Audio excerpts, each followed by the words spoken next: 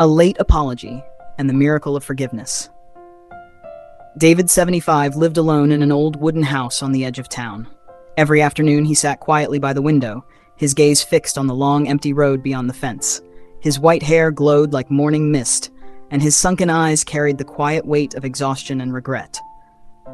Beside him, on a weathered wooden table, sat a faded photograph, one of him and his son in happier times. The house, once filled with laughter, had been silent for over 20 years. Only the ticking of a clock remained, echoing the ache of memories that refused to fade. One night, etched into his mind like a scar, David had let anger take over during a small disagreement. Heated words turned cruel, and before he could stop himself, he shouted, "If you walk out that door, don't ever come back." His son, still young and wounded, had picked up his bag and walked away, without a word, without looking back. From that night on, the house fell into a silence deeper than any storm, and David was left to live with the echo of what he couldn't take back. 20 years passed without a single letter, call, or visit.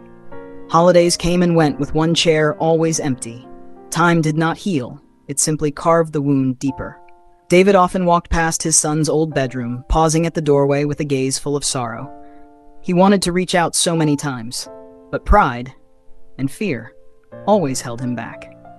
Then, one autumn morning, after a dizzy spell, David was diagnosed with a serious heart condition. The doctor's voice was gentle but firm. "You may want to prepare for all possibilities." Returning home, David sat silently for hours, staring at that same old photo. His hand trembled as he reached for it. He knew, deep inside, time was no longer on his side. For the first time in 2 decades, he picked up a pen and began to write, a letter heavy with sorrow and hope. His handwriting, shaky yet sincere, flowed slowly. "I'm sorry I let you walk away in anger. I think of you every single day." He folded the letter with care, placed it in an envelope, and sent it to his son's last known address, though he had no idea if his son still lived there, or would even read it. Days passed. David found himself sitting by the window more often, staring down that same road, waiting, hoping for a miracle. In his heart, there was only one fragile wish: to be forgiven, even just once. Then, one quiet morning, just as he was pouring tea, there was a knock at the door. He froze. His heartbeat quickened. When he opened it, a tall man stood before him, middle-aged, eyes full of emotion. David recognized him instantly, his son. No words were exchanged. The son simply stepped forward and wrapped his arms around his father. David stood frozen, then broke into tears. After all these years, the moment he thought would never come had arrived. Later, the two sat side by side on the old porch bench, the morning breeze gently brushing past. David, voice trembling, finally said, "I was wrong. I only wanted to hear you call me Dad one more time."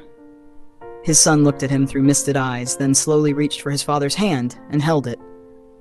"I've waited my whole life for you to say that," he replied. That late apology, those long-awaited words, had finally been spoken, and in their silence forgiveness bloomed, quiet and radiant, like the first sunlight after a long storm.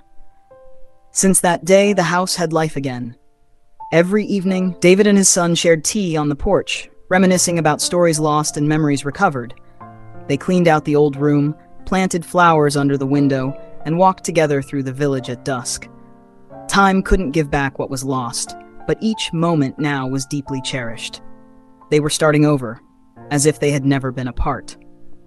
One peaceful night, David sat under the soft, yellow glow of a lamp, opening his old journal. His pen moved slowly across the page, heart guiding every word. Forgiveness can't change the past, but it can heal the heart. And sometimes even a late apology can open the door to something new. He put the pen down, and for the first time in decades, he smiled with peace. Not because of how much time he had left, but because of what had finally returned. That evening, as the sun dipped below the horizon, David and his son sat together on a park bench. They watched children laugh and run in the distance.